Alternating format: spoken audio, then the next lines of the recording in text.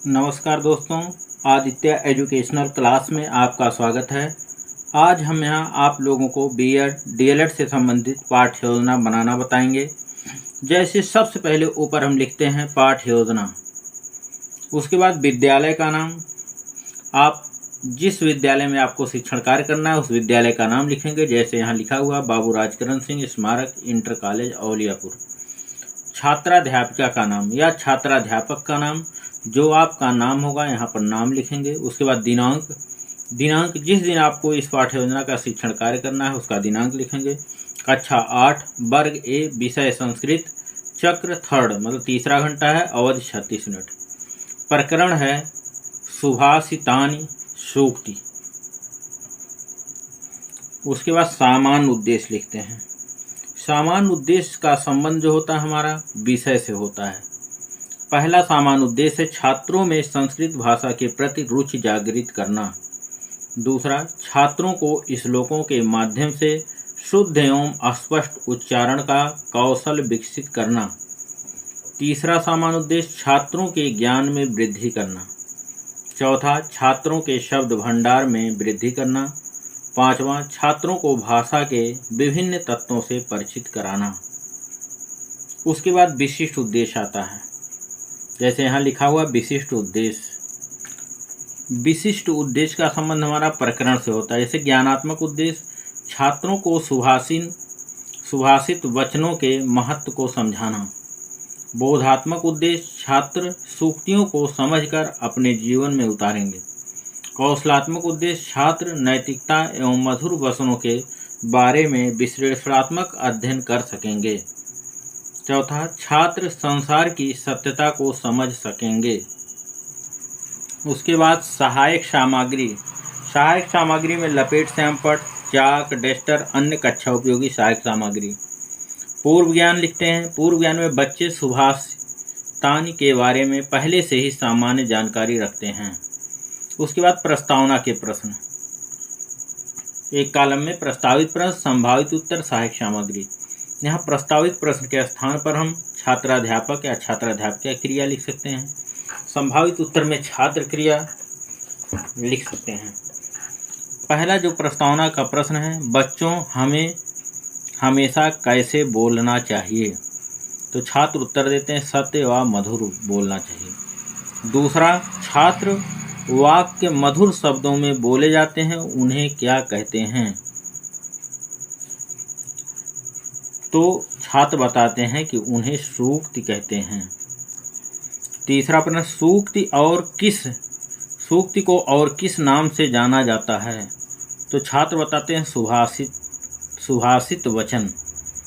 चौथा प्रश्न, सुभाषितानि के बारे में आप क्या जानते हो?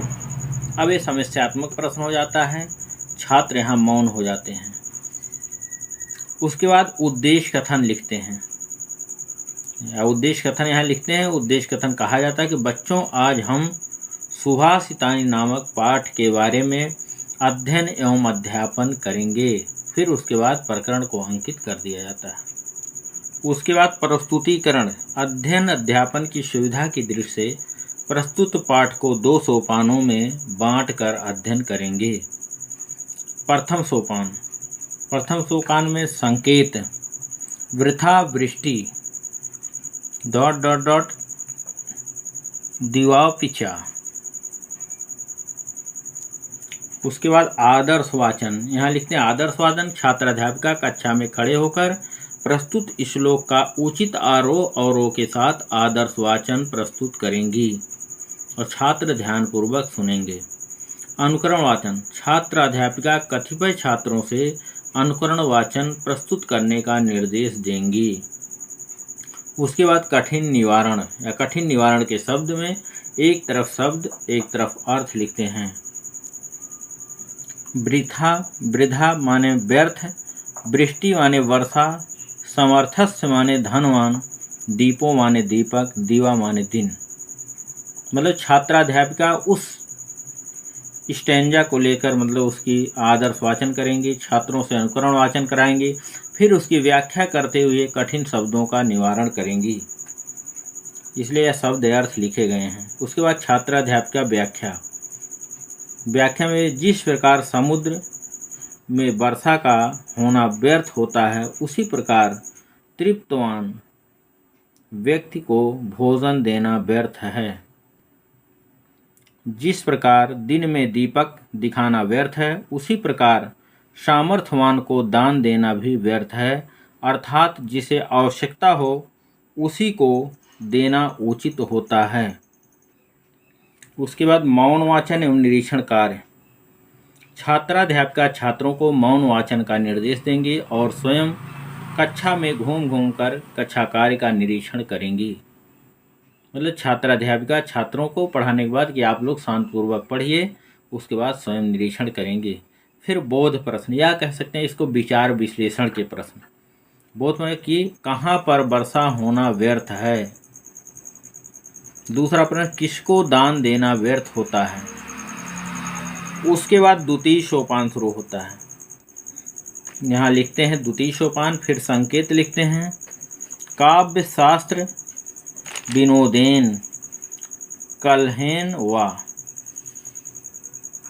उसके बाद छात्राध्यापिका के मतलब आदर्श वाचन। छात्राध्यापिका कक्षा में खड़े होकर प्रस्तुत श्लोक का उचित आरोह के साथ आदर्श वाचन प्रस्तुत करेंगी और छात्र ध्यान पूर्वक सुनेंगे। उसके बाद अनुकरण वाचन।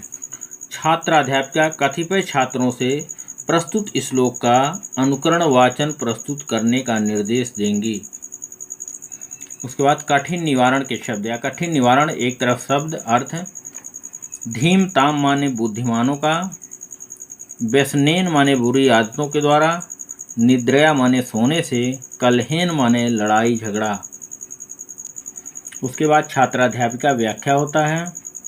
इस श्लोक में यह कहा गया है कि बुद्धिमानों का समय काव्य शास्त्र को पढ़ने व मनन करने में व्यतीत होता है, जबकि मूर्खों का समय बुरी आदतों, निद्रा व लड़ाई झगड़ा करने में बीतता है।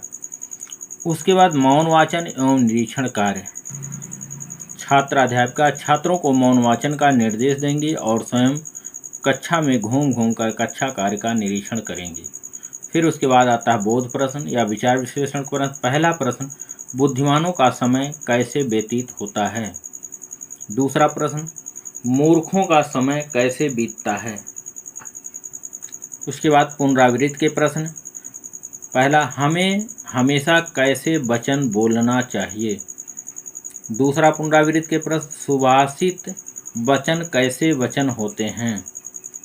ये प्रश्नों का या पुनरावृत्ति के प्रश्नों का पूछने का उद्देश्य होता है कि जो पाठ पढ़ाया गया उसकी पुनः आवृत्ति हो जाए, मतलब ज्ञान अस्थायी हो जाता है पुनः आवृत्ति के द्वारा।